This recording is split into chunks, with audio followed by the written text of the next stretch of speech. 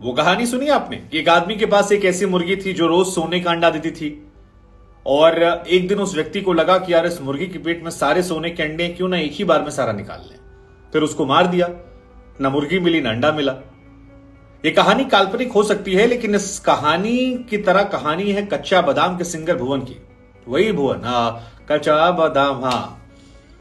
एक साइकिल पे मूंगफली बेचने वाला व्यक्ति रातों रात स्टार बन गया, जिंदगी बदल गई। लोगों ने कहा वाह जी वाह, किस्मत हो तो ऐसी सोशल मीडिया कमाल देखिए। लेकिन उस सोशल मीडिया में बड़े चोचलेबाजी भी, और उसका शिकार ये भाई साहब हो गए। हुआ कुछ यूं कि जिस कच्चा बादाम ने इनको वायरल किया था, इनके साथ साथ कई और कच्चे बादामों को वायरल किया था। बहुत सारे लोग हुए थे ना कच्चा बादाम करके शो से पहुंच गए, फॉलोअर्स बढ़ गए। उस कच्चा बादाम गाने को इन्होंने 3 लाख रुपए में बेच दिया। वही कि एक ही बार में सारा मुर्गी निकाल ले। अब जहां 10, 15, 20, 50 हजार मिल रहे थे, सोचा 3 लाख रुपए मांग रहे हैं। गोपाल नाम के एक व्यक्ति ने इनसे इस गाने का कॉपीराइट खरीद लिया, और इस कॉपीराइट खरीदने का असर यह हुआ कि अब भुवन जहां जाते हैं, कच्चा बादाम गाते हैं, तो कॉपीराइट स्ट्राइक आ जाती है। और इसका असर यह हुआ कि जिसके यहां जाते हैं वो वीडियो अपलोड नहीं कर पाता, और इसी वजह से धीरे धीरे इनको बुलाना लोगों ने कम कर दिया, और वापस ही अब साइकिल पर आ गए। 3 लाख रुपए के चक्कर में इन्होंने अपनी सबसे कीमती चीज को किसी को बेचा और वापस सड़क पर। हालांकि इनका वर्जन जो है वो थोड़ा अलग है। ये कह रहे हैं कि यार हमने कॉपीराइट समझ के नहीं बेचा था, हमको इतना नॉलेज नहीं था। एक आदमी हमारे पास आया, कहा हमको गाना अपलोड करना है, और क्या आपको अपलोड कर दें, आपको 3 लाख रुपए देंगे। हमको 3 लाख रुपए दिखाई पड़ा, हमको लगा यार इतना बड़ी कीमत है, हमने दे दिया। फिर उसने कुछ जगह कागजात पे साइन करवा लिए। हमने आंख मूंद के पैसा देखा और बिना देखे सोचे समझे साइन मार के खत्म कर दिया। अब 3 लाख तो मिल गए, लेकिन पैसे खर्च होने लगे। हम अपने गांव में अपना घर बनवाने वाले थे, सोचे थे अच्छे से रहेंगे, परिवार को यहां रखेंगे। लेकिन जब रियलिटी शोज में या कुछ गांव देहात के कार्यक्रम में बुलाया गया हमको, और हम वहां गाने गए, और वो गाना उन लोगों ने डाला, तो उसको फेसबुक ने, यूट्यूब ने हटा दिया। फिर बाद में पता लगा कि हमारा जो गाना है वो किसी और का कॉपीराइट हो गया, और अब जहां भी इसको हम गाएंगे वो उसके पास पहुंच जाएगा।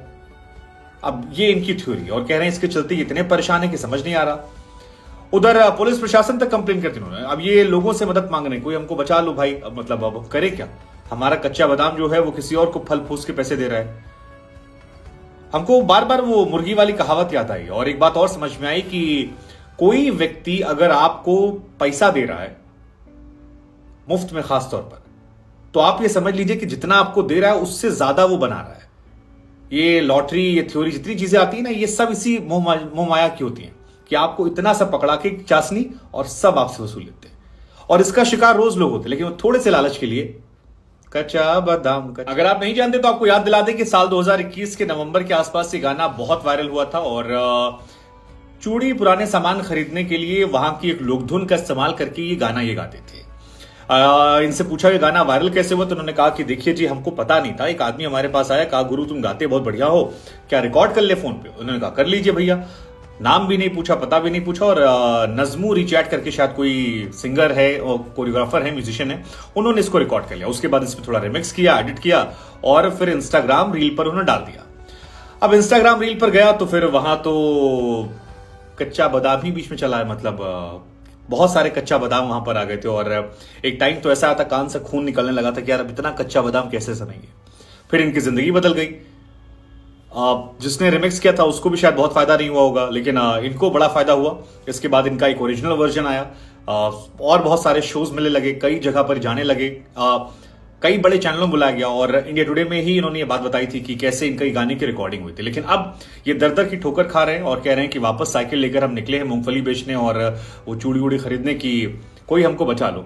वहां पर एक पुलिस थाना है, वहां पर शिकायत भी दर्ज करवाई है, और कहा है कि आप आइए, हमारी मदद कीजिए। पुलिस प्रशासन भी कह रहा है कि इनसे कागजात मंगाए हमने, और देखते हैं क्या कर सकते हैं अगर धोखाधड़ी का मामला है। हालांकि पैसे तो उन्होंने लिए और 3 लाख रुपए खर्च भी कर दिए। अब ये बेवकूफी थी या फिर लालच, ये हम आप पर छोड़ देते हैं, आप इनको लेकर तय कर दीजिए।